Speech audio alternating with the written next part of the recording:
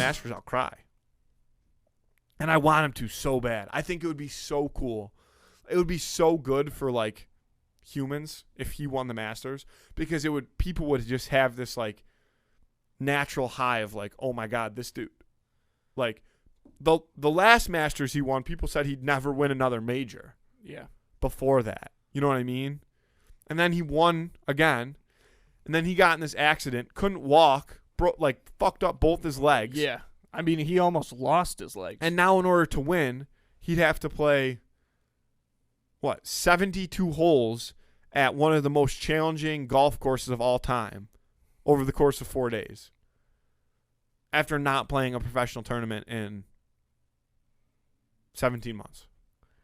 Something that you just kind of touched on is really interesting, I think speaks the loudest, is that Tiger Woods, and as far as I know, Michael Jordan was this way as well, but compared to like LeBron, right? Like LeBron at one time was, a superstar, best player in the league.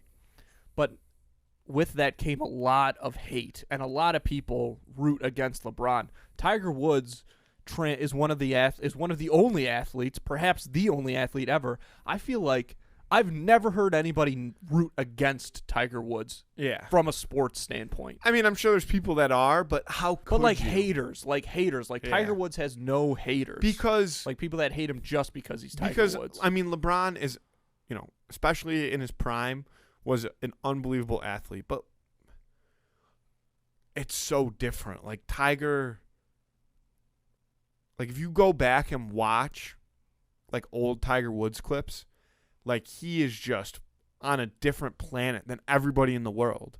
Like you could start firing a gun at him and it didn't matter. Like he was sinking a putt. Like there was nothing else that mattered to him.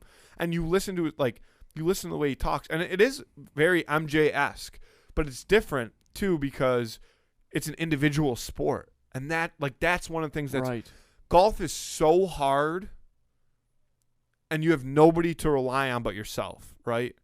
Like that was one of the things that I feel like, they say about MJ is like he didn't have off nights, right? Like even if he had a bad half, like he'd come back and he'd drop 30 and he'd win the game. You know what I mean? Like he was just always on. He was always dialed in. Even when he wasn't doing his best, like he was making that team run even though he had good parts around him.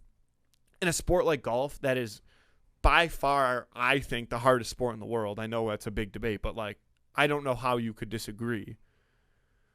And there's arguments to it, but anybody who plays golf, how could you? It's very, very difficult. And he is so good at it.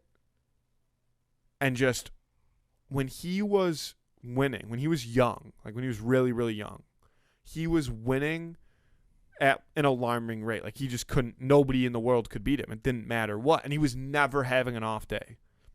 And that's insane in that sport. And I think it would be one of the coolest sports stories of all time if he won the Masters this year, I think.